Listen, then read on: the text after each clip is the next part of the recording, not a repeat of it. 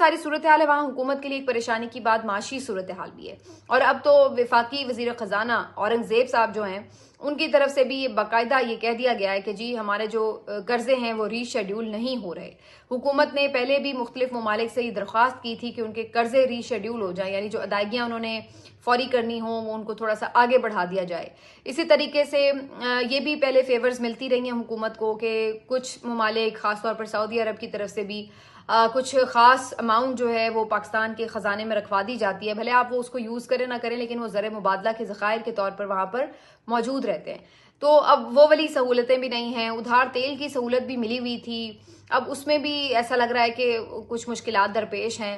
तो सरमायाकारी आई नहीं, जिसके लिए इन्होंने बहुत शोर भी मचाया और बड़ा बार बार एक पूरा नैरेटिव बनाने की नाकाम सी कोशिश भी करते हैं। लेकिन नैरेटिव इस तरह के मामलात में नहीं बनाए जा सकते कि जी हम सरमायाकारी ला रहे हैं। वो तो जब आएगी तो खुद ही आदाद शुमार बता देते हैं कि जी आ गई है। तो उसका काम नैरेटिव से नहीं है। ये कोई एब्स्ट्रैक्ट डाउन नहीं है कि आप ये कहें कि चलो जी आप कोई नैरेटिव से उसको हासिल कर लेंगे। वो तो जब आएगी तो लोगों को पता चल जाएगा कि ये सरमायाकारी आई है जी, इस शोबे में इन्वेस्टमेंट हुई है।